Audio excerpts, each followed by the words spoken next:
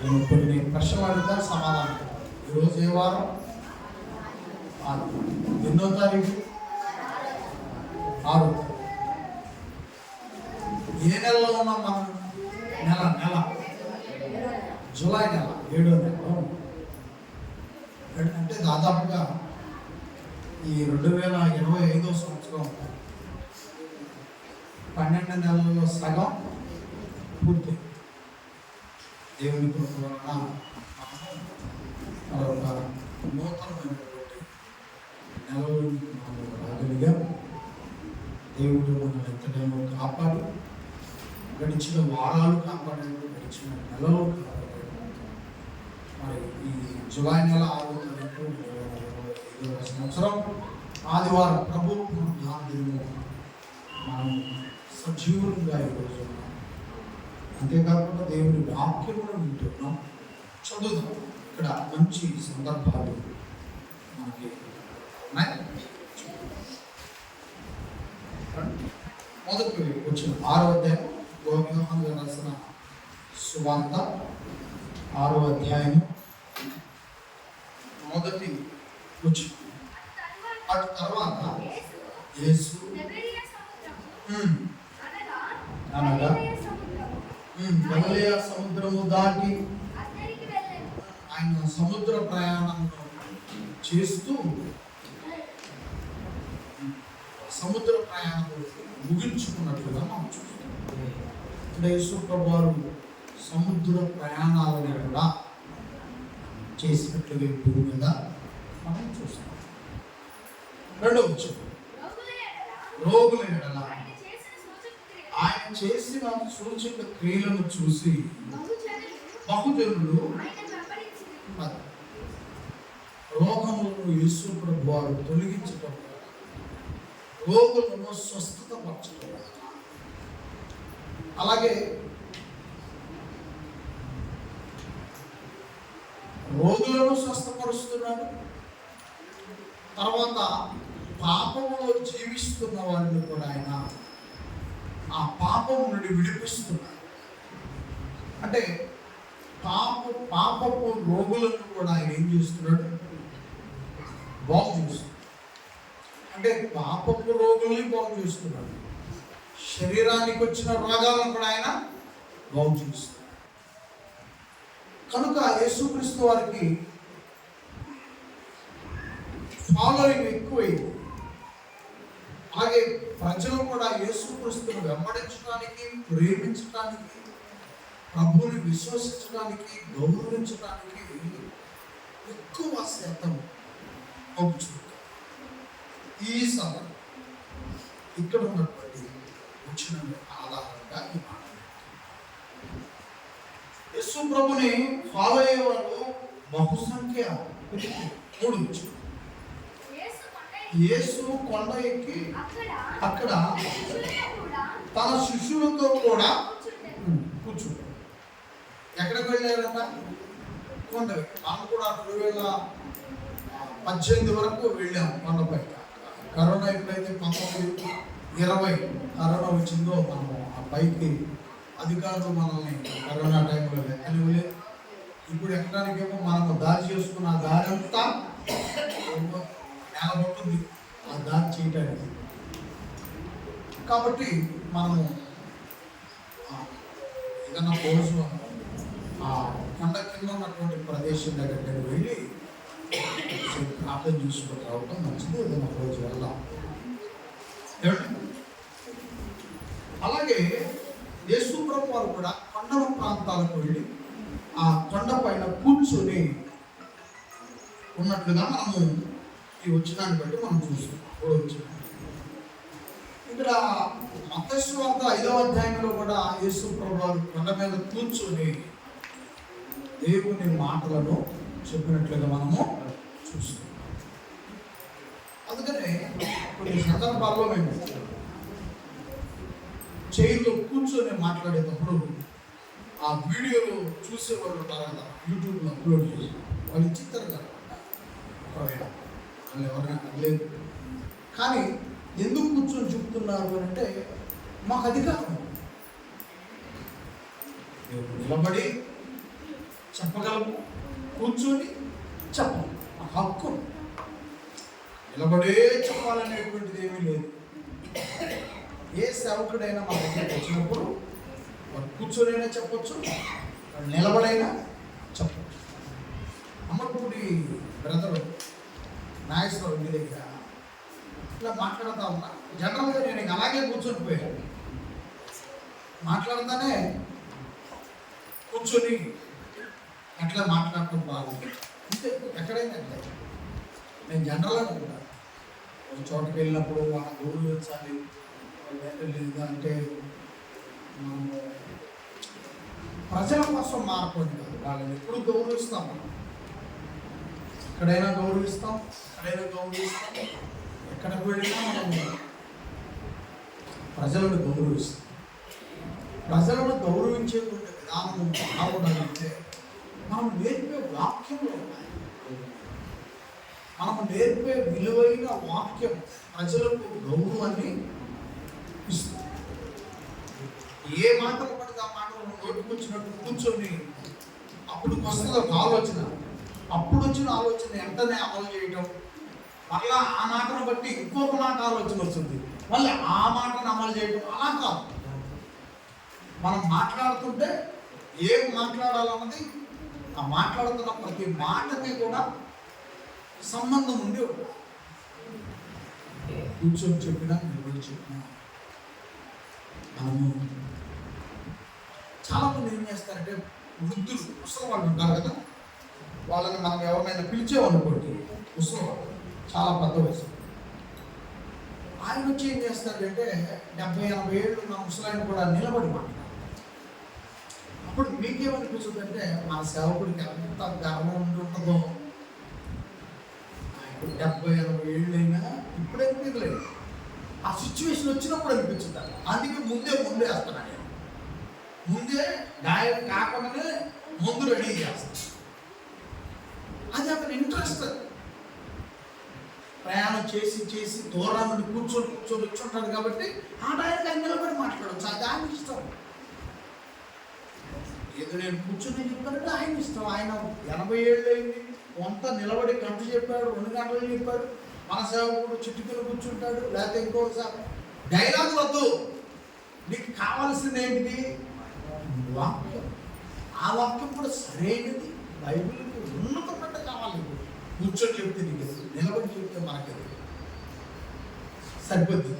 దీన్ని అండర్లైన్ చేసుకుని ఎన్ని సంవత్సరాల తర్వాతకైనా, ఇప్పుడు కావచ్చు 10 ఏళ్ళకైనా దీన్ని అండర్లైన్ చేసుకుని. సరేనా? యేసుక్రీస్తు కూర్చొని చెప్పే అవకాశం ఇచ్చాడు, నిలబడి చెప్పే అవకాశం ఇచ్చాడు. ఆయన మాట్లాడారు, అది క్రీస్తు ఇచ్చిన అధికారం. కాబట్టి నిలబడితేనో తగ్గించుకున్నట్టు 2 మోకాళ్ళు నేల మీద వేసి కూర్చుంటేనే తగ్గించుకున్నట్టు కాదు. సరైన వాక్యాన్ని నేర్చుకొని తిరిగి మనం సక్రియలను ప్రారంభించినప్పుడు, దేవుని వారిగా మనం ఉన్నప్పుడు తగ్గించుకోవాలి. రైట్. 4 అప్పుడు పస్కా పండుగ సమీపించింది. పస్కా పండుగ అంటే మీకు నిర్మాకాండంలో చెప్పాను నేను, మళ్ళీ ఆ పుస్తకంలోకి వెళ్ళలేదు నేను. పస్కా అంటే విడుదలకు గుర్తు. వాళ్ళు ఐగుప్తులు బానిసలుగా ఉండి 430 సంవత్సరాలు బానిసత్వం అనుభవించి, తర్వాత మోషే ద్వారా దేవుడు వారిని బయటకు నడిపిస్తే ఊరు ఆ ఐగుప్తు దేశం దాటిపోయిన తర్వాత వాళ్ళు ఒక చోట కూర్చొని ఒక ఏడుకను జరిపిస్తారు. అదే పస్కా. విడుదలకు గుర్తుగా పనులు అనిపిస్తారు. అది పస్కా. వాళ్ళు ఆ రోజు నుంచి కంటిన్యూషన్గా ఆ పండుగను నేడు కూడా చేసుకునే ఉన్నారు ఇజ్రాయెల్ దేశంలో. ఇప్పటికీ కూడా ఆ పస్కా పండుగ జరుగుతుంది. వాళ్ళు ఐగుప్తు నుండి బానిసలుగా బయటకు వచ్చారని గుర్తుగా ఇజ్రాయెల్ చేస్తున్నారు. మనం చేయాల్సిన పని లేదు. ఎందుకంటే మనకి విడుదల అయినటువంటి రోజు, వాళ్ళు బానిసత్వం నుండి విడుదలయ్యారు, మనము పాపము నుండి, పాపపు బానిసత్వం నుండి విడుదలయ్యాము. మనకు యేసు ప్రభు రక్షణ కల్పించాడు. కనుక వారు ఏడాదికి ఒకసారి పస్కాను వారు ఆచరిస్తున్నారు. కానీ మనము చెప్పగలుగుతారా?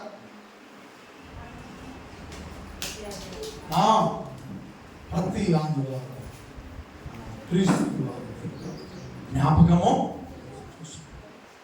వాళ్ళు ఏడాదికి ఒకసారి చేయగలుగుతున్నారు. ప్రతి వారము ప్రభువారి శరీరం రక్తము అంటే వాళ్ళు ఏడాదికి ఒకసారి వారు విడుదలకు గుర్తుగా చేస్తారు. ప్రతి వారం క్రీస్తుని గుర్తు చేసుకుని ఆత్మ సంబంధమైనటువంటి జీవితాన్ని కనుక యేసు క్రీస్తు వారి గురించి కూడా నేను మీకు ఎన్నో చెప్పాను. అటువైపు వెళ్ళినా లోకస్వార్త 23, 24 అధ్యాయాల్లోకి వెళ్ళినా, మార్క్స్ వార్త చివరి అధ్యాయాల్లోకి వెళ్ళినా, మత్తయి స్వార్త చివరి అధ్యాయాల్లోకి వెళ్ళినా, మళ్ళీ ఇక్కడ నా సబ్జెక్ట్ ఆగిపోతాం.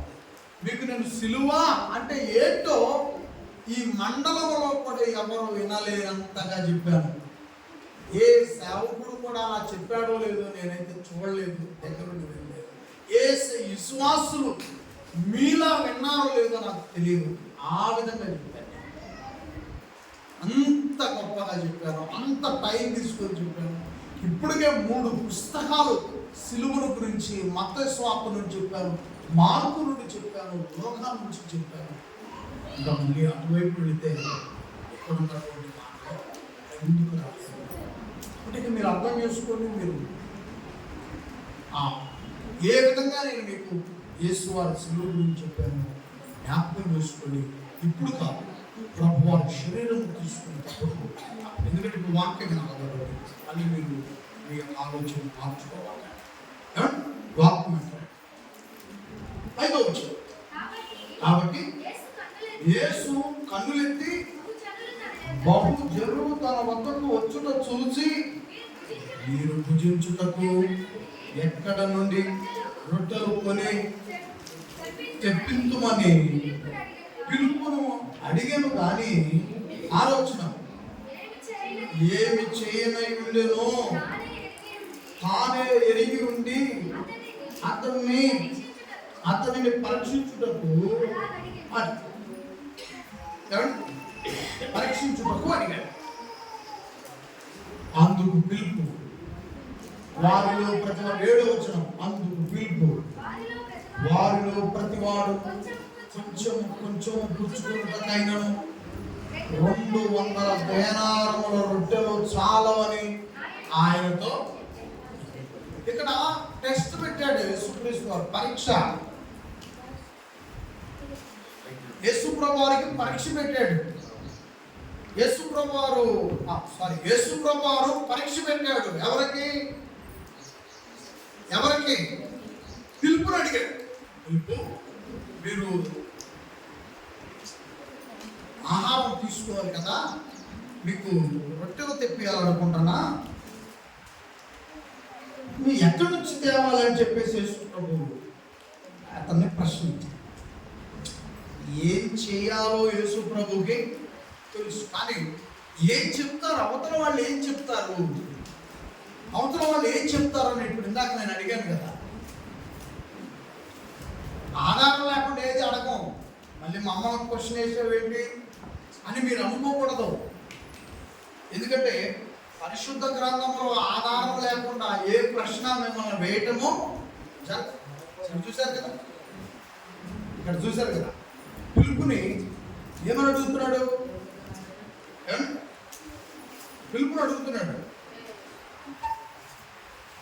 రొట్టెలు ఎక్కడి నుంచి తీసుకురావాలా అని అంటే, అప్పుడు ఆయన ఏమంటున్నాడు?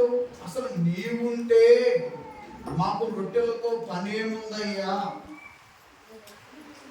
అనగలిగినటువంటి సందర్భం. కానీ ఆయన అలా అనలేదు. ఆయన అలా అనకపోగా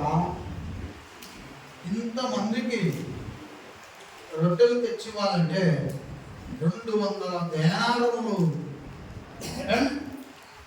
కింద 2 వేసిందో చూడండి. ఒక దేనారము ఇంచుమించు ₹1/2 కావచ్చును. ఎంత? ₹1/2. ఒక దేనారం ₹1/2. మనం కూడుకోలేము, ఎందుకంటే ₹200 ఎప్పుడు 2000 సంవత్సరాల క్రితం.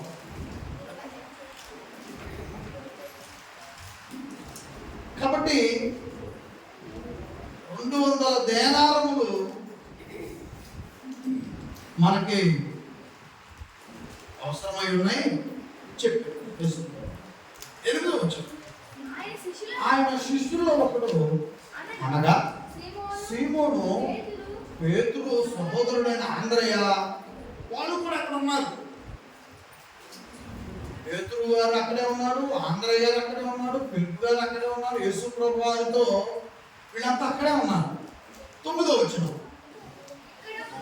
ఇక్కడ ఉన్న ఒక చిన్నవాని వద్ద 5 యావల రొట్టెలు 2 చిన్న చేపలు ఉన్నవి, కానీ ఇంతమందికి ఇవి ఏమాత్రమని ఆయనతో అనగా సమాచారం ఇచ్చారు యేసు ప్రభు. ఈ ఆంధ్రయ్య గారు ఉన్నాడు కదా, ఆంధ్రయ్య గారు ఏం చేశాడంటే యేసు ప్రభు వారికి సమాచారం ఇచ్చాడు. ఇక్కడ చిన్నపిల్ల దగ్గర రొట్టెలు ఉన్నాయి, అవి కొన్ని ఉన్నాయి, చేపలు ఉన్నాయి, అవి కూడా కొన్ని ఉన్నాయి. మరి ఇవి ఎలా సరిపోతాయి, ఇంతమందికి ఎలా సరిపోతాయి? మనము మిగతా పుస్తకాలను చూసాం, 5 రొట్టెలు 2 చిన్న చేపలు. అవి ఏం సరిపోతాయి, ఎలా సరిపోతాయి అని కూడా సమాచారం ఇచ్చారు. మరలా అవి ఎలా సరిపోతాయి అనే మాట కూడా వారికి అందించారు. 10వ వచనం, యేసు జనులను కూర్చుని పెట్టుడని చెప్పి ఆ చోట చాలా పచ్చిగా ఉండేను కనుక, మరి కొండ ప్రాంతం కదండి, కొండ ప్రాంతం కాబట్టి కొండ ప్రాంతంలో ఎక్కువ పచ్చకుంటుంది. అంటే నా దేశం పచ్చకుండే కాలం ఈ కాలమే. అంటే ఆ రోజు యేసు ప్రభు కొండ వద్దకు వెళ్ళిన కాలం కూడా ఈ కాలం అయి ఉండొచ్చు, ఎందుకంటే ఎండాకాలము మంచిగా ఉండదు కదా. కనుక ప్రజలు పనులను మానుకొని యేసు వారి మాటలు వినుటకు వచ్చింది. ప్రజలు పనులను మానుకున్నారు. పనులు దొరికే రోజులు, పచ్చిగా ఉన్న రోజులు, పనులు దొరికే రోజులు. పనులు దొరికే రోజుల్లో కూడా పనులను విడిచిపెట్టి యేసు వారి మాటల కోసమై, యేసు వారి ద్వారా ఆశీర్వదించబడటం కోసమై వారు ఎదురు చూస్తున్నట్లుగా వారు యేసు పనులు మానుకొని వచ్చారు. ఆ తర్వాత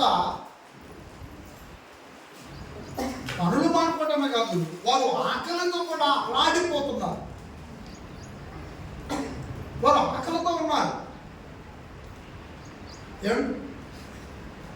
చూడండి, ఆకలితో కూడా వారు బాధపడుతూ యేసు వారి యొక్క మాటల కోసం, ప్రభువారి యొక్క ఆశీర్వాదం కోసం మరి ఎంతో ఇష్టపడి ఎదురు చూస్తూ ఉన్నారు.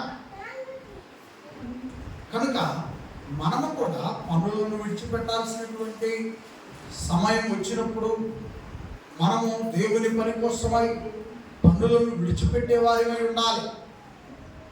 పనులను విడిచిపెట్టి దేవుని యొక్క మాటల కోసమై, దేవుని యొక్క ఆశీర్వాదం కోసమై మనము ఎదురు చూసేవారిమై.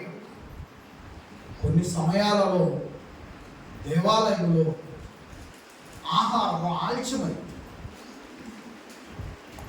ఏమవుతుందా, ఆహారం నీకు చెప్పిన టయానికి పెళ్లి కాదు, ఇది 11ంటికి భోజనం పెట్టాలి.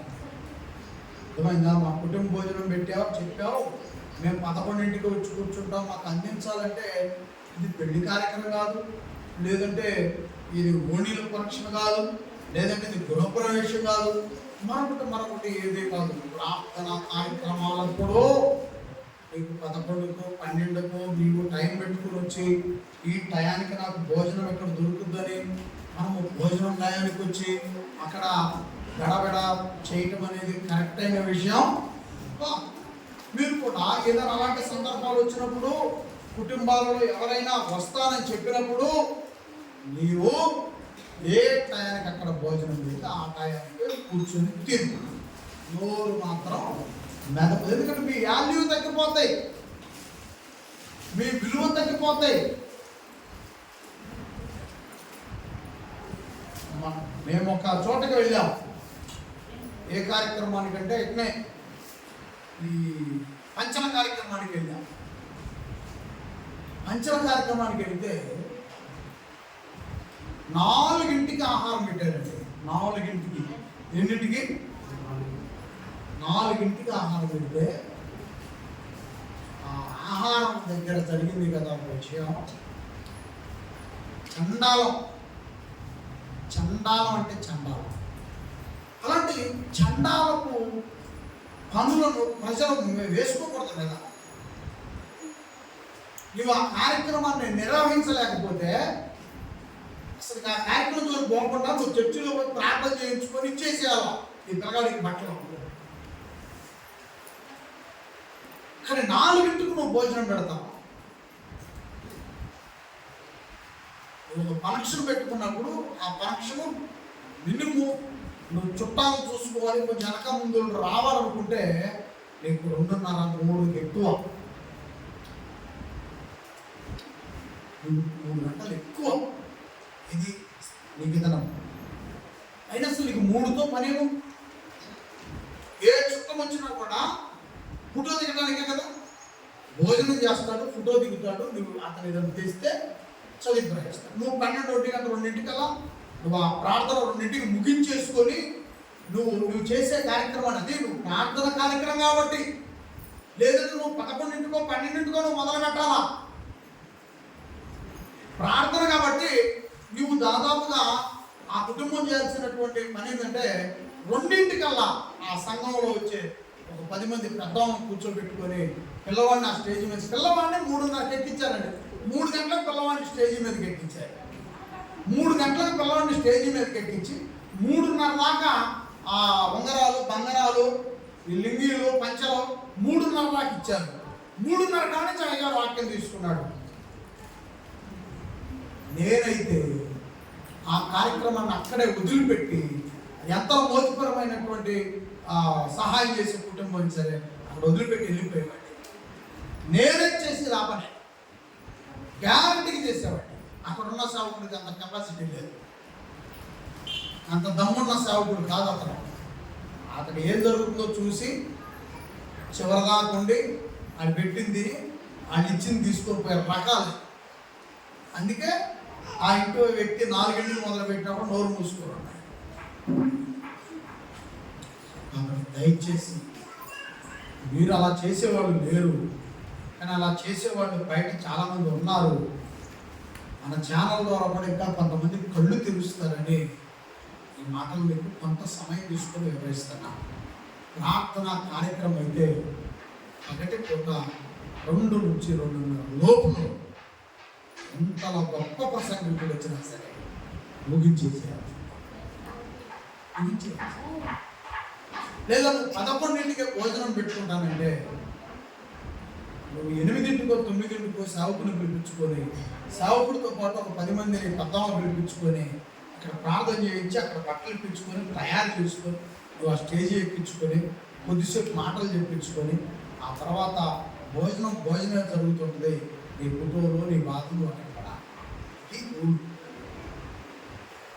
కనుక ప్రార్థనా కార్యక్రమాలప్పుడు స్త్రీలైనా సోదరులైనా గమనించండి. అక్కడ సిచ్యువేషన్ బట్టి మనం అడుగులు పెట్టాలి.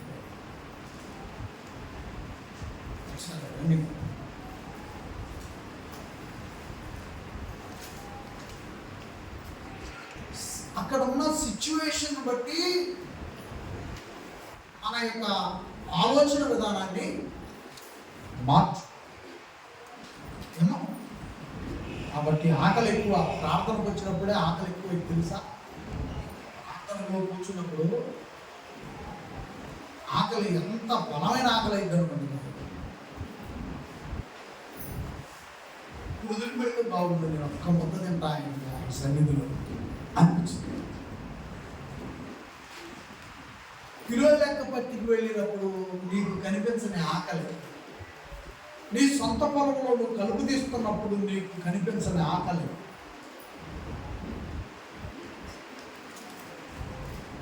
దేవాలయంలోకి రాగానే లేదా ఎక్కడన్నా ప్రార్థనకు వెళ్ళగానే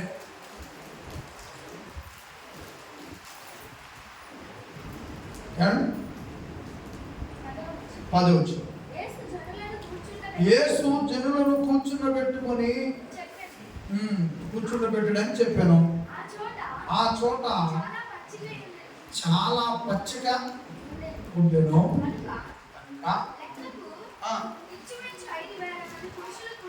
ఎంతమంది ఉన్నారంట మగవారు?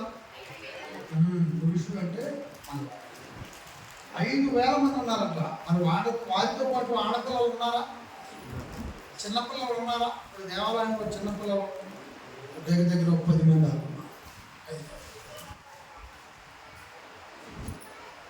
చూడండి, మగవారి సంఖ్యను మాత్రమే ఇస్తున్నాడు. 5,000 మంది అంటే నాకు తెలిసి లేడీస్ని లెక్క పెట్టడానికి అవకాశం లేదనుకుంటా, వదిలేసి చిన్నపిల్లలు లెక్క పెట్టడానికి అవకాశం వదిలేసి ఇంచుమించు 5,000 మంది మగవారు. 11 నుంచి యేసు ఆ రొట్టెలు పట్టుకొని కృతజ్ఞతాస్తుతులు చెల్లించి కూర్చున్న వారికి వడ్డించెను. అలాగున్న చేపలు కూడా వారికి ఇష్టమైనంత మటుకు ఎంత మటుకు వడ్డించారంట? ఇష్టమైనంత మటుకు.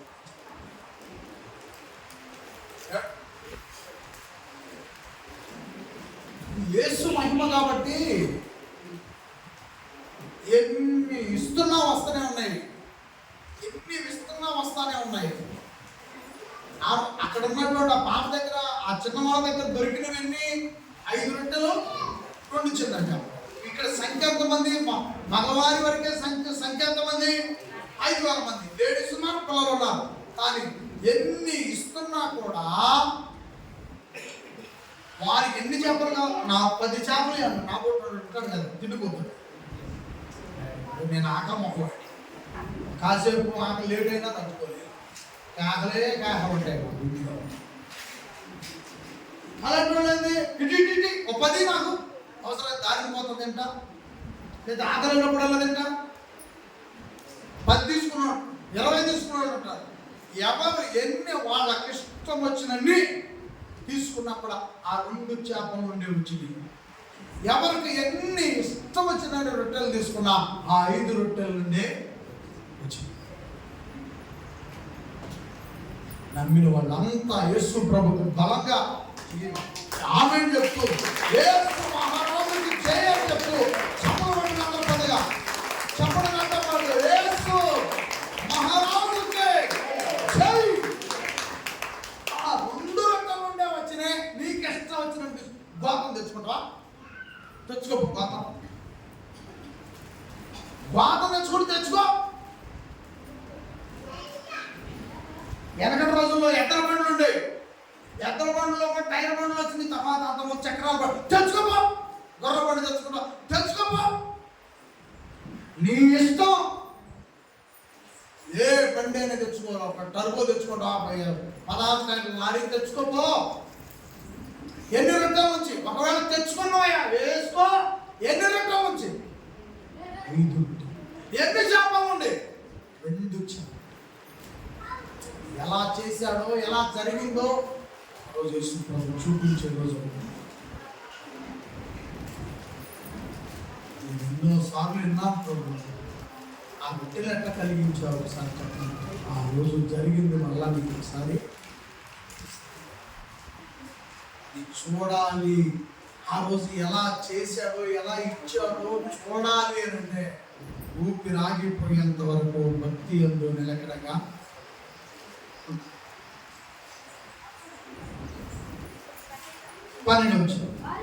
వారు పూర్తిగా తిరిగిన తర్వాత ఏమీ నష్టపడకుండా మిగిలిన ముక్కలు పోగు చేయుడని తన శిష్యులతో చెప్పాను. 13, 14 వచనములు. కాబట్టి వారు భుజించిన తర్వాత వారి వద్ద మిగిలిన 5 ఆ ఎవర రొట్టెల ముక్కలను పోగు చేసి 12 గంపలు నింపాడు.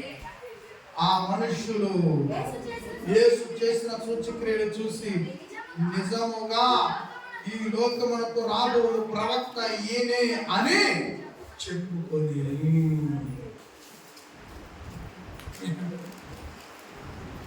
వాళ్ళకి తోసిందో అని చెప్పారు. ఒక ప్రవక్త వస్తాడని వాళ్ళు ఎప్పటి నుంచో ఎదురు చూస్తా ఉన్నారు. ఆయనే ఏననుకొని ఆ కార్యాన్ని చూసి ప్రవక్త అయినప్పటికీ, ఆయన ప్రవక్త అనే పేరు ఉన్నప్పటికీ, ఆయన భూమి ఆకాశములకు సృష్టికర్త. ఎవరంట? యేసుక్రీస్తు వారు ఈ సృష్టిని కలిగించిన సృష్టి యావత్తు ఆలోచన చేసింది మన తండ్రి అయిన యెహోవా. సృష్టిని కలిగించింది మన ప్రభు అయిన యేసుక్రీస్తు. సృష్టిని కలిగిస్తున్నప్పుడు సృష్టి అంతటి పైన అధికారిగా ఉన్నది, పర్యవేక్షకుడుగా ఉన్నది పరిశుద్ధాత్మ. ఎప్పటికీ మర్చిపోవాలి. సృష్టి కలిగించాలన్న ఆలోచన తండ్రిది. ఆలోచన వచ్చిన వెంటనే యేసు ప్రభువుకి చెప్పాడు. యేసు ప్రభువు సృష్టి అంతటిని కలిగించాడు. యేసు ప్రభువు సృష్టిని కలిగిస్తున్నప్పుడు పరిశుద్ధాత్మ వారు ఆ పనంతటిని పర్యవేక్షించారు.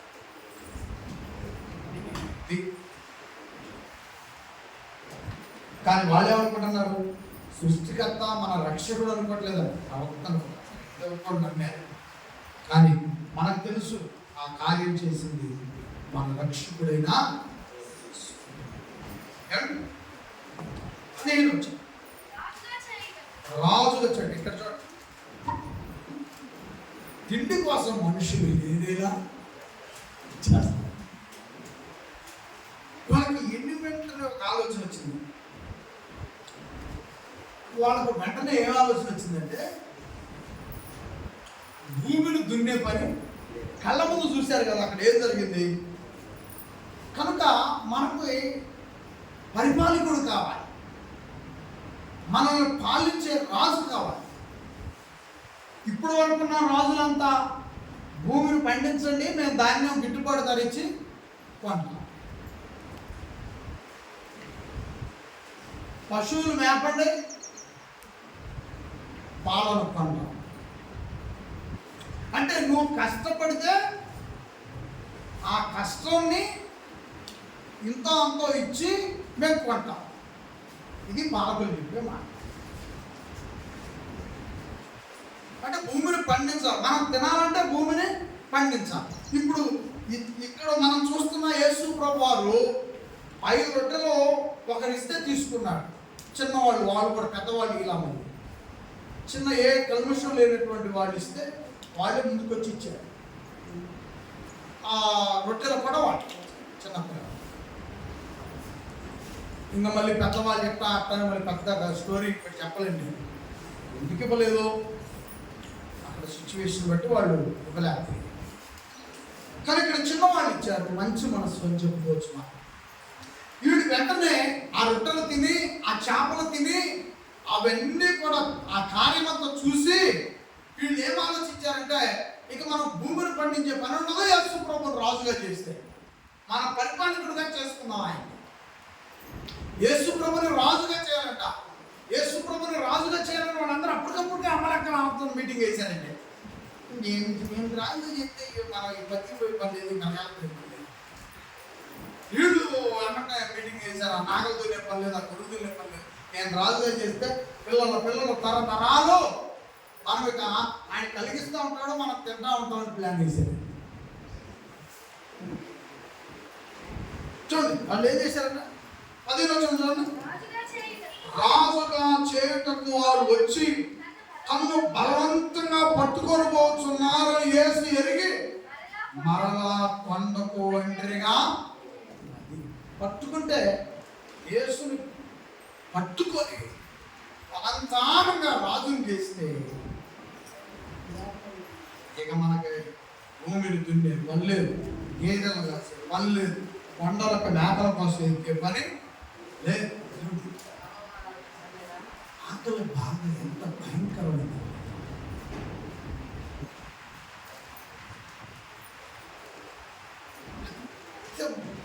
ప్రియమైన ప్రాణం అవతల వ్యక్తిలో ఉన్న ప్రాణం ఒక్కటే. ఈ ప్రాణం అవతల వ్యక్తిలో ఉన్న ప్రాణం ఒక్కటే అని ఇష్టంగా ఉంటాం కదా. అవతల వ్యక్తిలో ఉన్న ప్రాణం ఒకరోజు ఆగిపోయింది. ఈ ప్రాణం మిగిలి ఉంది. ఈ ప్రాణం ఆ ప్రాణం మీద పోయిన వ్యక్తి మీద పడి ఏడుస్తూ ఏడుస్తూ ఏడుస్తూ ఒక గంట ఓర్చుకోలేదు, 2 ఓర్చుకోలేదు, 3 అయింది, ఓర్చుకోగలిగింది. ఇప్పుడు 3 గంటల తర్వాత ఫస్ట్ గంటలో ఉన్నటువంటి ఓపిక, ఫస్ట్ గంటప్పుడు ఉన్న శక్తి 2వ గంటకి సగానికి అయిపోతుంది, 3వ గంటకి పూర్తిగా పోతుంది. అప్పుడు చుట్టూ ఉన్న అమ్మలెక్కలు ఏం చేస్తారో చెప్పండి. ఇప్పుడు ఓపిక అయిపోయిందంటే ఆమెలో ఎలాంటి వాతావరణం ఏర్పడినట్టు? ఓపిక అయిపోయిందంటే ఆమెలో ఆకలి మొదలైంది. కానీ ప్రాణానికి ప్రాణంగా ఇద్దరు సమానమే, 2 ప్రాణాలు సమానమైన ప్రేమ ఏమైపోయింది? మరణం అనే పేరుతో పడిపోయింది. అక్కడ పడి ఏడుస్తుంది. ఈ బ్రతికున్నాం ఏడుస్తుంది. ఆకలి ఎంత భయంకరమైందంటే ఇంకొచ్చేప్పటికైనా ఇంకా కొద్దిసేపటికైనా గ్లాసు మజ్జిగ తెచ్చి ఖచ్చితంగా బలంతానం ఆ వ్యక్తికి ఏం చేస్తారు? శవం, ఈ ప్రాణానికి ప్రాణం ఈ శవం పక్కనే ఉన్నప్పటికీ కూడా మరో ప్రాణానికి ఆకలి తీరవటం కోసం శవం ఉందని ఆపుతాడా తాపుతాడా? చెప్పండి.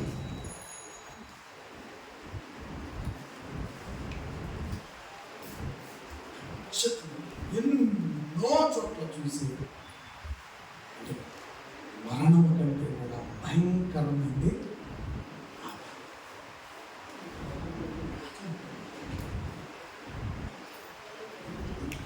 తండ్రికి చాలా మంది పిల్లలు ఉంటారు. కొన్ని కారణాల చేత ఇంటిని పిల్లలు చనిపోతాం. తీసుకెళ్తా ఉన్నారంట. అక్కడ ఒక 10 మంది వరకు కూడా అలా పూజ చేస్తూ వచ్చారు. ఈ 10 మందికి తవ్వి పూడ్చిన తర్వాత ఆకలి అవుతున్నాడు. విపరీతమైన ఆకలి. నేను విన్న కథ ఇది, నేను రియల్గా చూడలేదు. బైబిల్ పరిశుద్ధ గ్రంథంలో కూడా ఈ విషయం లేదు. ఆకలి గురించి ఒక కథ చదివాను. అప్పుడు 10 మంది పిల్లలు కూర్చున్న తర్వాత బాగా ఆకలి అవుతుందంట. ఇంకా పిల్లలు, చాలా మంది పిల్లలు ఉన్నారు కదా, చనిపోతానే ఉన్నారు. చుట్టూ చూస్తున్నారు.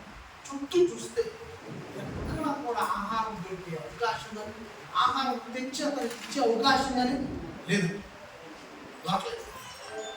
అప్పుడు ఆ పైకి బాగా చూస్తే అందరంత ఎత్తులో ఒక కాయ, తినేటువంటి కాయ, ఒక కాయ ఈ అరిచేయి పట్టుకున్నంత సైజులో ఉండి ఒకే ఒక కాయ ఆ చుట్టూ కొమ్మకుండా ఏర్పడతాం.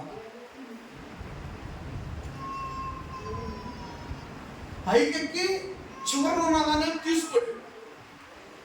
అప్పుడు ఏం చేశాడంటే ఈ చనిపోతున్న పిల్లల్ని పోడ్చాలి కదా, పోడ్చాల్సినటువంటి పిల్లలు ఏం చేశాడంటే ఫస్ట్ ఒక పిల్లవాడిని వేశాడు అందిద్దేవాడు. అట్లా 2, 3, 4 ఎంతమంది పిల్లలు ఆ రోజు ఆయన చనిపోయారో అంతమంది పిల్లలు కూడా మరి ఎత్తేసుకుని ఆ పిల్లల పైగా వెళ్ళి ఆ కాయం తెచ్చుకొని ఆకలి తెచ్చుకొని ఆ కాయ అందుకోవడానికి ఈ చచ్చిపోయిన పిల్లలే అతనికి ఆధారమయ్యారు. ఇక పిల్లగాడి పైన పిల్ల పైన పిల్లగాడు, వాళ్ళపై ఒకళ్ళపై ఒకళ్ళు ఎత్తుగా వేసి కాయ అంతేంత వరకు వేసుకుని అప్పుడు ఆ కాయ తీసుకున్నాడు. ఆకలి బాధ ఎలాంటిదంటే ఎదురున్న మరణాన్ని కూడా వస్తున్న మరణాన్ని. ఆకలి బాధ ఎలాంటిదంటే, మనుషులను పూడ్చిపెడుతున్న ప్రదేశానికి వెళ్ళినప్పుడు నేను ఇటీవల చూశాను. నేను ఒక సమాధి మీద కూర్చొని ఆయన అమ్ముతున్నాడు. సమాధి పశువులను ఆ సమాధి దొడ్లో వదిలిపెట్టేశాడు. అవి మేస్తాం. మరి అతనికి ఆకలేదు కదా. ఎవరినైతే అక్కడ పూడ్చిపెట్టారో, ఎవరి సమాధిని అయితే అక్కడ కట్టుకున్నారో, ఆ సమాధి పైన కూర్చున్నాడు. సదనం వేసుకొని కూర్చొని వాటిలో పక్కన పెట్టుకున్నాడు. అన్నం పక్కన పెట్టుకుని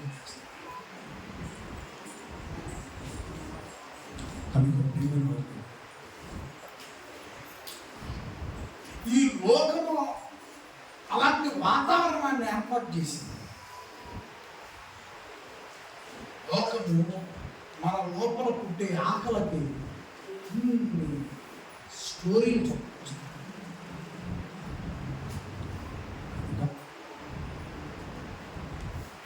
నేనైతే చెప్తున్నాను. ఆ కథ చదివాను. నేనేం చెప్పదలుచుకున్నాను, నీలో ఆకలి అనేది పుట్టాలంటే అసలు దేవుని ఆత్మ ఉండాలిగా. దేవుని ఆత్మ ఉన్న వ్యక్తికి మాత్రమే ఆకలే. దేవుని ఆత్మ వెళ్ళిపోతే ఆ మనిషికి ఆకలి అనేది లేదు కదా.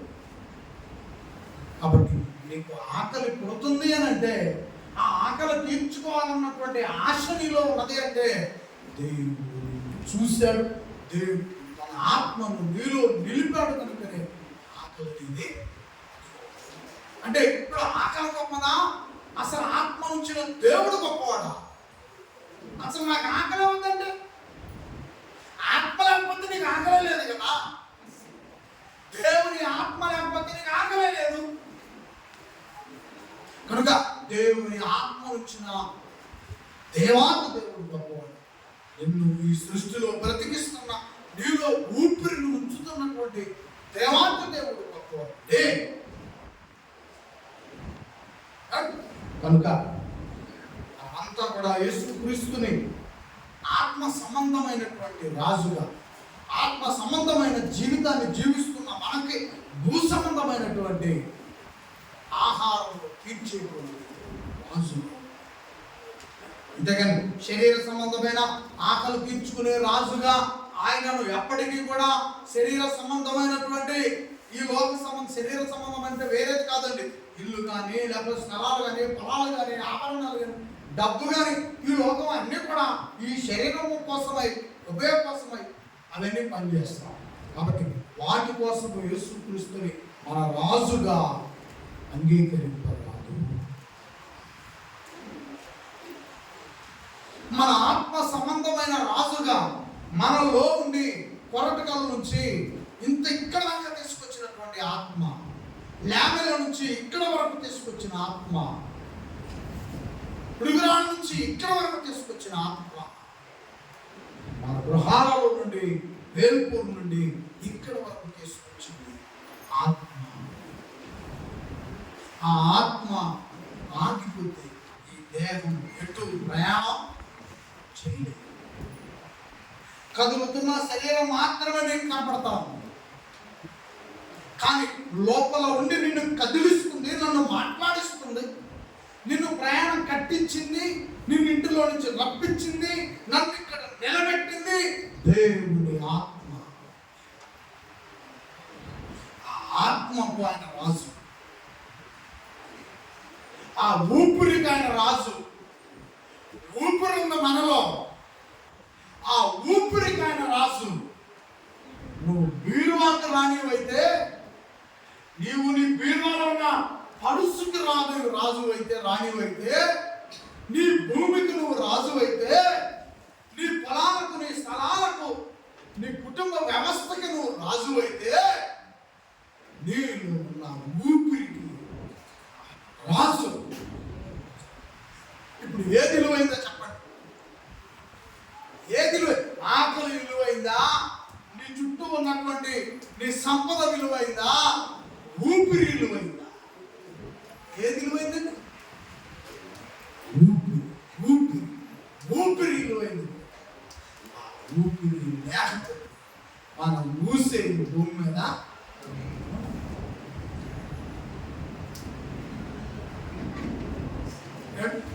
ఊపిరికి ఎంత బలం ఉందో చూడండి. ఊపిరికి ఎంత బలం ఉందో అందులో ఎంత ఉందో తెలుసా? మనలో ఎలా ఉందని బైబిల్ చెప్తుందో తెలుసా? నీటి మీద అడవికి పూసి లేదా ఇళ్ళ ముందు పూసి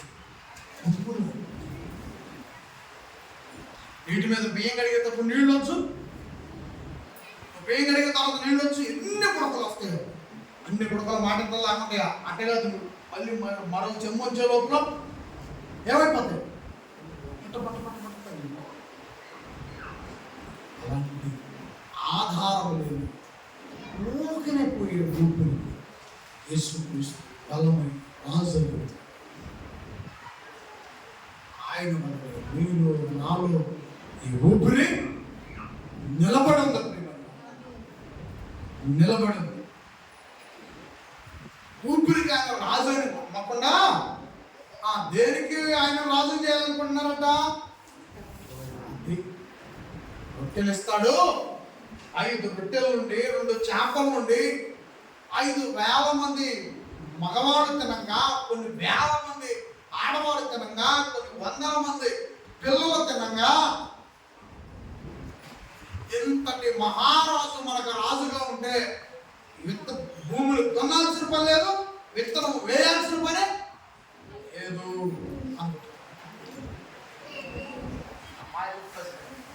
అంటే ఆ ప్రజలకి ఆ రోజుకు పోయి అర్థమైంది. ఈనాడున్న ఈ ప్రజ మనకి ఆహారానికి రాజే, ఆకలి పుట్టించిన రాజు ఆయనే, ఆకలి తీర్చే రాజు ఆయనే, ఊపిరిని నిలబెట్టే రాజు. ఆకలి పుట్టించిన వాడు ఆహారం ఇవ్వడా? మరణము కంటే బలమైంది ఊపిరి. దేనికంటే బలమైంది? మరణము కంటే బలమైంది ఊపిరి. మరణము కంటే బలమైంది ఊపిరి. పట్టేసి దేవుడు ఈ పాటికి 60 ఏళ్ళు గడిపోయింది, ఈ పాటిగా 50 ఏళ్ళు వచ్చిందంటే ఇంకా కాపాడుకుంటూనే ఉన్నాడు. కనుక మనలో ఉన్న ఆత్మకు ఆయన రాజు, పరలోకానికి ఆయన రాజు, ఈ భూలోకానికి ఆయన రాజు, ఆహారానికి ఆయనే రాజు, భూమికి ఆయనే రాజు, గాలికి ఆయనే రాజు, ఆకాశములకు ఆయనే రాజు, సూర్యుడికి ఆయనే రాజు, చందమామకు ఆయనే రాజు, నక్షత్రాలకు ఆయనే రాజు, మేఘాలకు ఆయనే రాజు, వర్షానికి ఆయనే రాజు, గేదెలకు మలిచే గడ్డికి ఆయనే రాజు, మనిషి తినే ఆహారానికి ఆయనే రాజు, తాగే నీటికి ఆయనే రాజు, పారే నదికి ఆయనే రాజు, అనిపిస్తున్న అందమైన పర్వతాలకి ఆయనే రాజు. భూమి కింద మరణించిన పాతాళంలో ఉన్నారు, పాతాళ లోకానికి నరకకుండానికి ఆయనే రాజు, నెమ్మది కలిగిన పరదేశికి ఆయనే రాజు. చెప్పడం పట్టిన సరే మన రాజుకే, మనల్ని కాపాడుకుంటున్న మన రాజుకే అలాగే చెప్పడం బట్టి ఆయన నామాన్ని కనపడతాం. యేసు మహారాజుకే. అలాంటి గొప్ప రాజు, ఇన్ని సంగతులు తెలిసిన రాజు రొట్టెల కోసం రాజు చేస్తావా? ఇన్ని విషయాల పైన అధిపతి అయిన రాజు, మన ఊపిరిపై అధిపతి అయిన రాజు.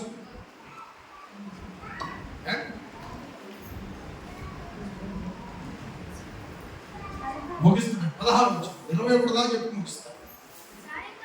సాయంకాలమైనప్పుడు ఆయన శిష్యులు సముద్రం వద్ద పోయి ధ్వని ఎక్కి సముద్ర పాత్ర కపెర్నహూమునకు పోవుచుండిరి. 17 వచనం. అంతలో చీకటి ఆయన కానీ యేసు వారి వద్దకు ఇంకా రాలేదు. అంటే ముందుగా శిష్యులు పంపించాడు సముద్రం మీద, నేను వస్తాను పదండి అన్నాడు.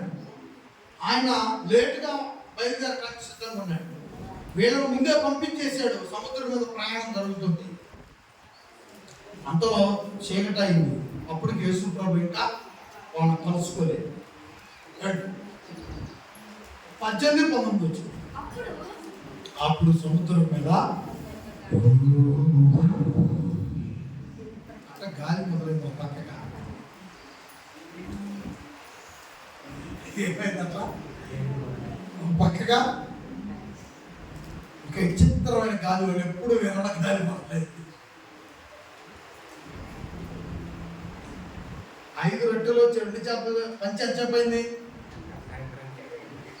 ఏమన్నా లేట్ ఉందా? 2-3 గంటలు అయి ఉంటుంది అంతే. అప్పుడేగా చూశారు, అప్పుడేగా తిన్నారు, అప్పుడేగా లోళ్ళు అక్కడ గంపలు అక్కడ పెట్టారు. ఆ రాత్రికి మీరు కత్తి పదండి, నేను కత్తి ప్రార్థన చేసుకుని వస్తా అని వాళ్ళని ముందుగా ఎక్కించాడు దోనే. వీడు ప్రయాణం అవుతున్నారు.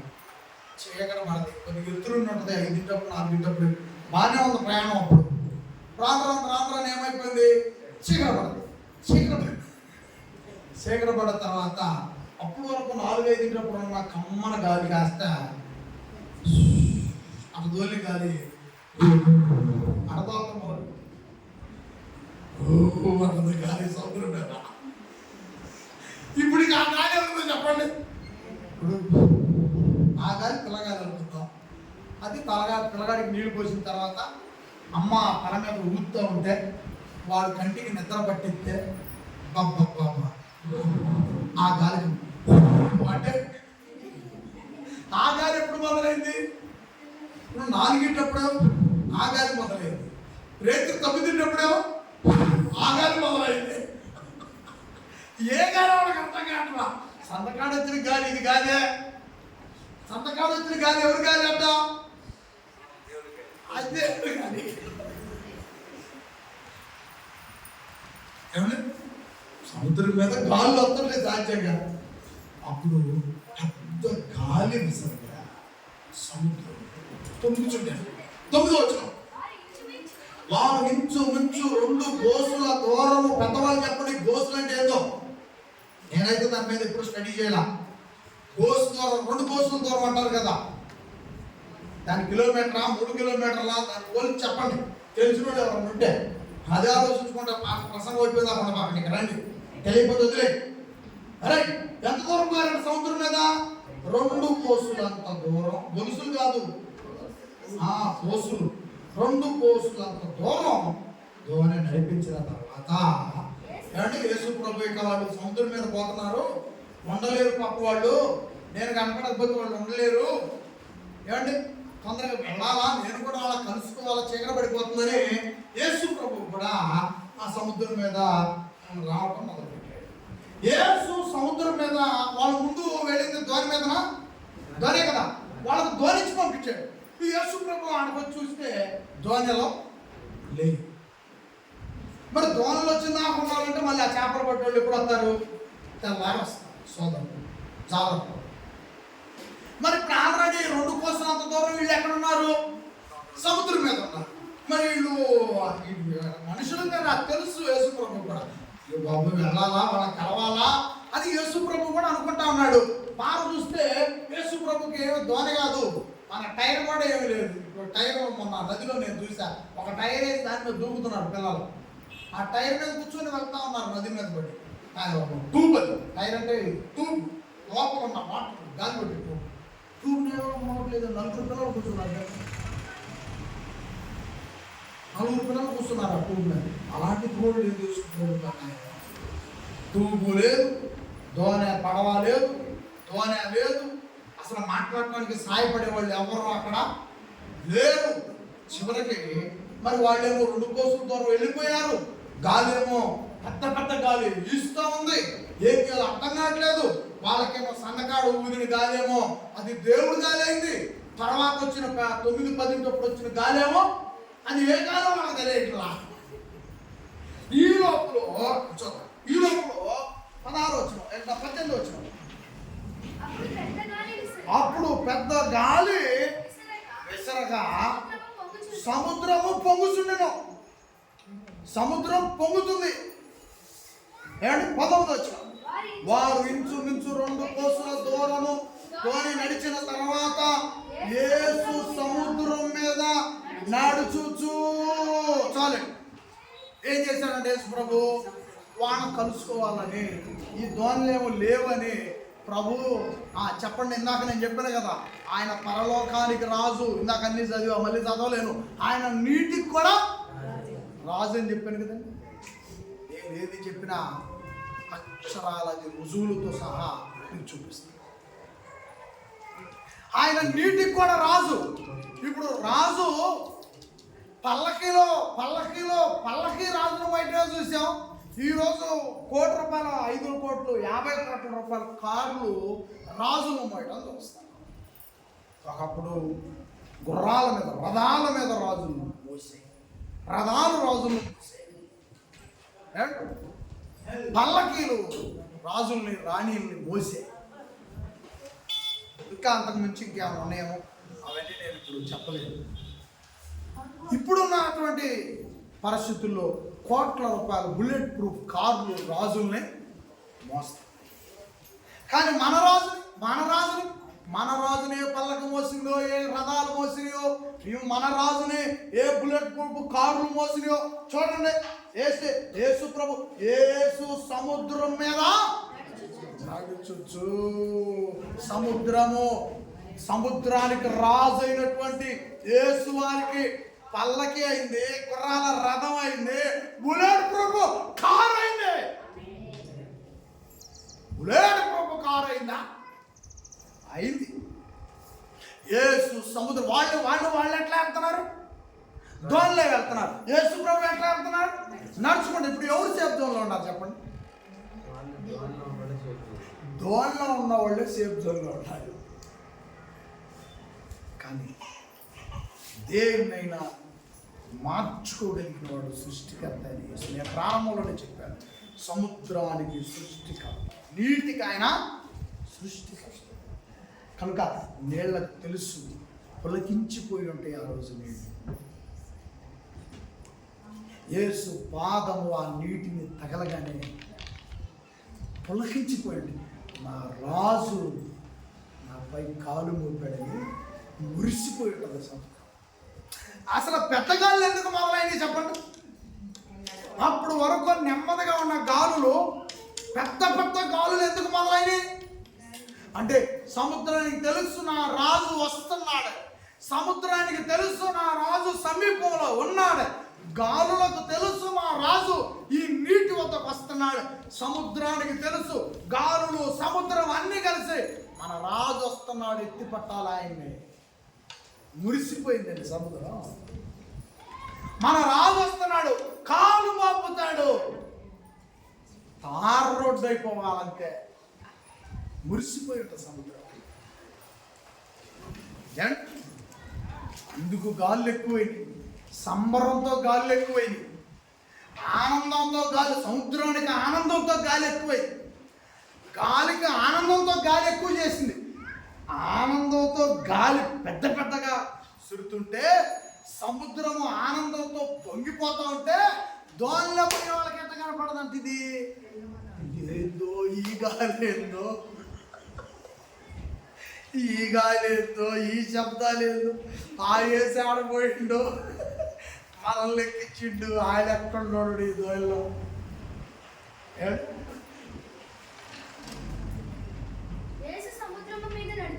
యేసు సముద్రం మీద నడుచుచు తమ దోణి దగ్గరకు వచ్చుట చూసి భయపడిరి. అయిన వాళ్ళు వస్తే భయపడాలా? ఆనందపడాలా? ఇప్పుడు యేసు ప్రభు అయినవాడా పరాయుడా? వాళ్ళకి యేసు ప్రభు అయినవాడా పరాయుడా? అయినవాడు కదా, వాళ్ళకి తెలిసిన వాడు కదా, మరి ఆనందపడాలి కానీ భయపడటం అంటే, భయపడటానికి వాళ్ళలో ఇంకోటి ఏదో భయపెట్టేది ఆలోచన ఉంది. అందుకే ఎందుకో ఆ పెద్ద గాలులు ఆ వాతావరణానికి ఏమైపోయింది, వాళ్ళలో ఆ రొట్టెలు, 5 రొట్టెలు 2 చిన్న చేపలు, 1000 మంది తిన్న విశ్వాసం ఆ ప్రాణం మీదకి వచ్చేసరికి ఏమైపోయింది. కాబట్టి ఉత్సాహంలో ఉండేటువంటి వాతావరణం, ఉత్సాహంలో ఉండేటువంటి భక్తి, ఉత్సాహంలో ఉండేటువంటి సంతోషం, అలజడులు ఎదురైనప్పుడు కూడా నిలబడాలనేది నాకు ఈ మాటలో పెట్టారు. కష్ట నష్టాలు మన చుట్టూ కమ్మినప్పుడు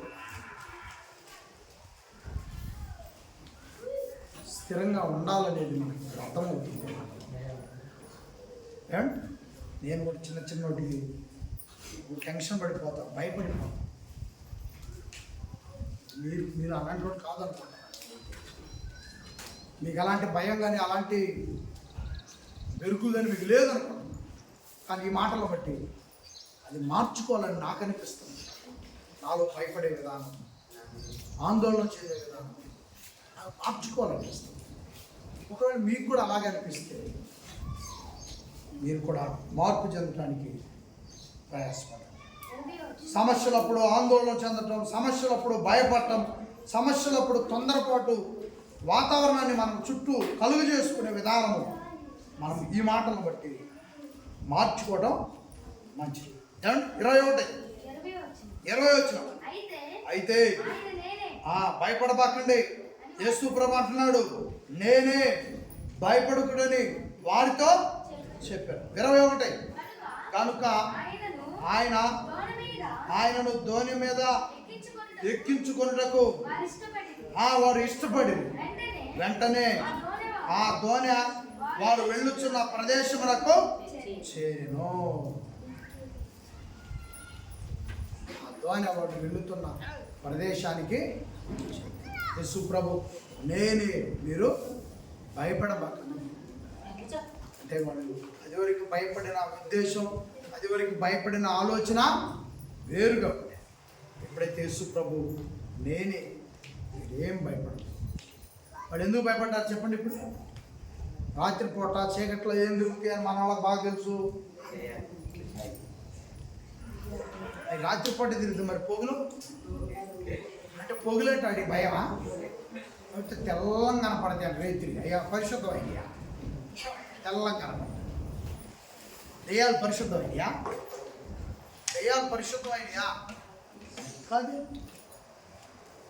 దెయ్యాలు పరిశుద్ధమైనవి కాదు. తెలంగాణ తెల్ల చీర కట్టుకుని అన్ని చెట్టు మీద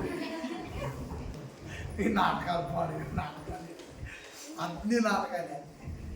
దెయ్యాలు ఉన్నాయి. అవి రాత్రితో తెల్లదనంతో మళ్ళీ క్రూరమైన ఆలోచనలు కలిగిన ప్రతి విధానం దెయ్యానికి.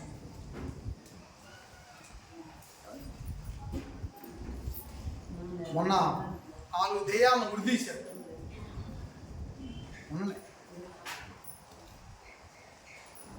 4 దెయ్యాలను ఉరిదీశారు. నిర్భయ కేసులో దెయ్యాలను ఉరిదీశారు. హైదరాబాద్లో ఒక డాక్టర్, పశువు డాక్టర్, ఎన్ని క్రూర మృగాలు ఉన్నాయి. 9 నెలల పిల్ల వీళ్ళు కనపట్లేదు. తల్లి కన్ని పెంచి పెద్ద చేస్తారు. పనికి మాలిన అమ్మాయి తల్లిని చంపేసింది 2 వారాలు.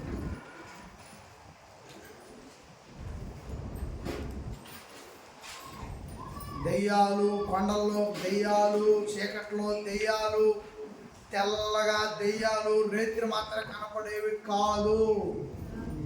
సత్ప్రవర్తన, సమాజానికి నచ్చని ప్రవర్తన, తల్లిదండ్రులకు నచ్చని ప్రవర్తన, నాలో ఉన్నా, నీలో ఉన్నా, నీ కుటుంబానికి నచ్చని ప్రవర్తన ఎవరిలో ఉన్నా అక్కడ దెయ్యం నివసిస్తుంది.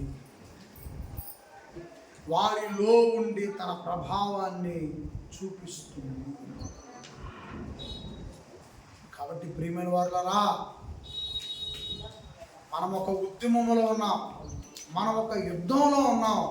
ఇది యేసు ప్రభు ప్రారంభించి వెళ్ళాడు, అపోస్తులు కొనసాగిస్తూ మనకు అప్పచెప్పారు. ఆ యుద్ధమే దెయ్యానికి సంబంధించిన నీతికి విరుద్ధమైనటువంటి కార్యాలను తరిమి పట్టడం. అది మనలో నుండి, అవి మనిషిలో నుండి తరిమి పట్టాలి. కాబట్టి దయచేసి మనము దేవుని వాక్యానికి భయపడాలి. రాత్రిపూట మరీ తాళసేరు రోడ్లో చెప్పేవాళ్ళు, మా చెట్టు ఉండేది, ఏవలేదు ఖాళీ చేతులేక మాకు కూడా అచ్చంపేట నుంచి వేలుపూరు వెళ్ళేటప్పుడు చెప్పేవాళ్ళు ఇక్కడ యూదుల పేరు తెలుసా? ఎవరో చెప్పారు ఆ పేరు. ఉడుకు పుట్టాల్సిందే ఆ యూదులు దాటాలంటే. ఎంత భయంకరంగా ఉండేది తెలుసు. తాడువా వెళ్ళేటప్పుడు కొట్లగూడెం దాటిన తర్వాత ఉండేది ఒగ్గాకు. ఇవన్నీ కూడా దడ పుట్టించిన ప్రదేశాలు, ఉనికి పుట్టించిన ప్రదేశం. ఇప్పటికీ మన సేవకురాలు చెప్పుద్ది, ఆ పొగ్గాకు నుంచే మా నాన్న చదువు ఆ పొగ్గాకు అచ్చంపేట రావడం పోవడం భయం పుట్టి వద్దమ్మ చదువు అనడం. ఆ పొగ్గాకు ప్రతి చదువు వచ్చిన ప్రతిసారి చదువు ముచ్చట గురించి ప్రతిసారి ఆ పొగ్గాకు గురించి. ప్రియమైన వాళ్ళరా, భయాలు ప్రదేశాల్లో లేవు. ఆలోచించిన లేచి నిలబడు. అందులో లేచి నిలబడి 2 నిమిషాలు ప్రార్థన. అయ్యా, నాలో నచ్చలు ఉంటే అది దయ్యానికి సంబంధించిన వారసత్వం. ఎలా దాన్ని విడిచిపెట్టే శక్తిని యేసు ప్రభు ద్వారా నాకు ఇవ్వమని అడగండి. మంచి ప్రవర్తన, మంచి గుణగణాలు, మంచి విధానము, సమాజానికి నచ్చే ప్రవర్తన, నా పిల్లలకు నచ్చే ప్రవర్తన, నా కుటుంబానికి నచ్చే ప్రవర్తన, నన్ను చూస్తున్న మీకు నచ్చే ప్రవర్తన, నాలో సత్ప్రవర్తన ప్రారంభించు నాయన. తండ్రి, యేసు లాంటి మంచి ప్రవర్తన నాకు అడగండి అందరూ. యేసు లాంటి మంచి ప్రవర్తన నాకు అనుగ్రహించు. యేసు లాంటి మంచి ప్రవర్తన నాకు అనుగ్రహించు.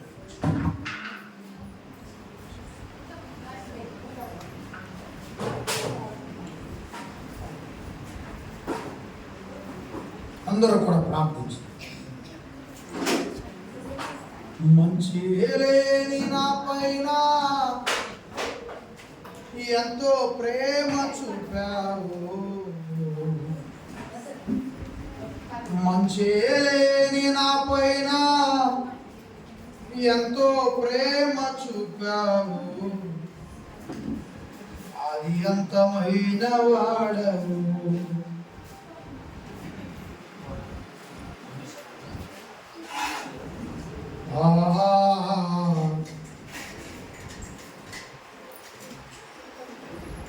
మంచి లేని నా పైన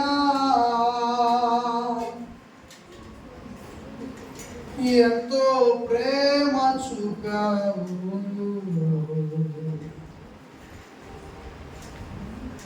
అది అంతమైన వాడవు.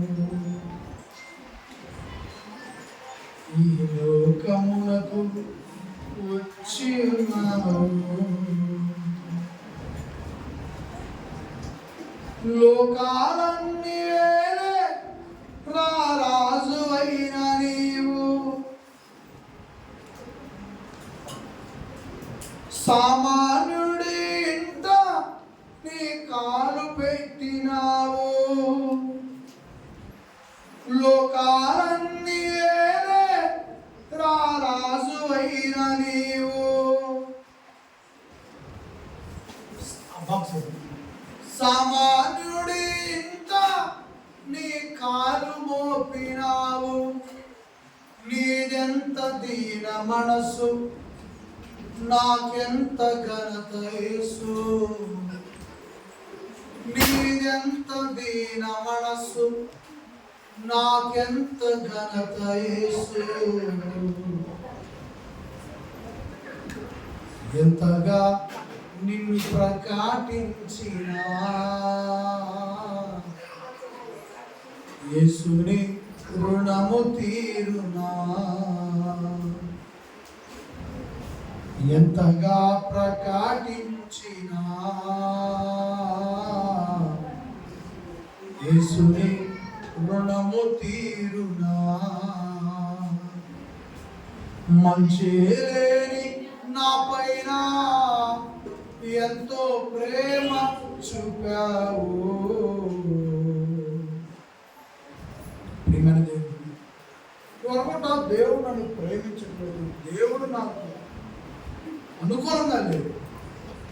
దేవుడు ప్రేమించకపోయినా, దేవుడు నీకు అనుకూలంగా లేకపోయినా మనిషి జీవితంలో ఊపిరి అనేది నిలబడదు. కనుక ఆయన ఎంతో నిన్ను ప్రేమిస్తున్నాడు, నిన్ను నీ కుటుంబాన్ని ఆయన ప్రేమిస్తున్నాడు. ఆయన ఆశీర్వదించుటకు ఆయన ప్రభు అయిన యేసుని పంపించాడు. మంచి లేని మన జీవితాలను మంచిగా మార్చాడు. ఇంకను ఎక్కడైనా ప్రతిరోజు ఇల్లు ఉడుస్తాం కదా, ఎందుకు ప్రతిరోజు ఇల్లు ఉడుస్తాం?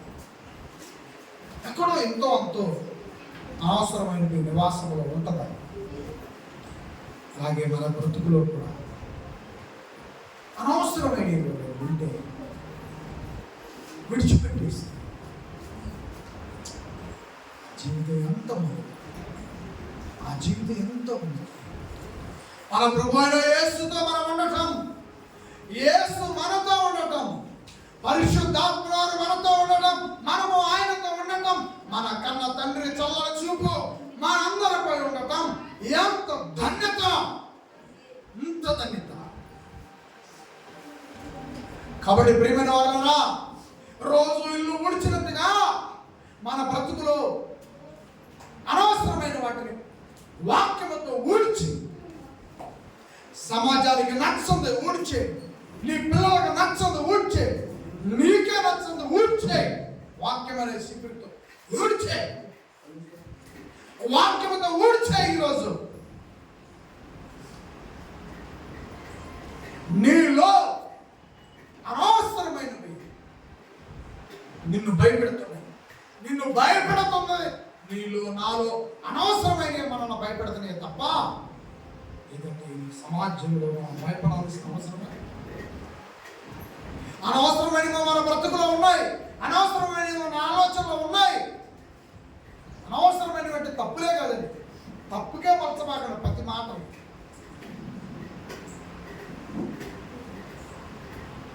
ఈ మధ్యకాలంలో ఒక ఆయన చెప్తున్నాడు, చాలా నష్టాలు, చాలా ఇబ్బందులు ఉండి ఇప్పుడు నేను ఇల్లు కట్టాలంటున్నాడు, అర్జెంటుగా ఇల్లు కట్టాలి అన్న.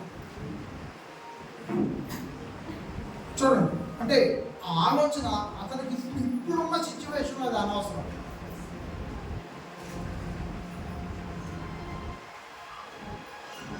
అలా ఏమైతే మనము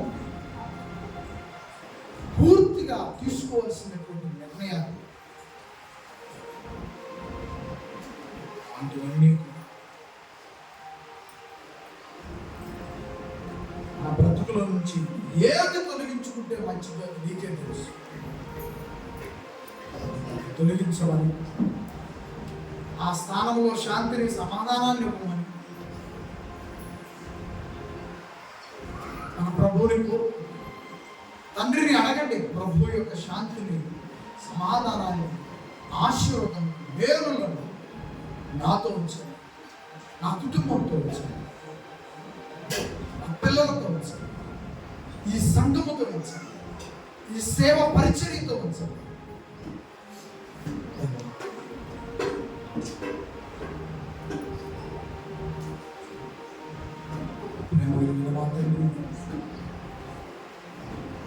మనల్ని బాగు చేయాలి, మనలను బాగు చేసేది మన తండ్రి అయిన దేవుడే. మనలను బాగు చేసేది మన ప్రభు అయిన యేసువారే. మనలను బాగు చేసేది పరిశుద్ధాత్మ వారే.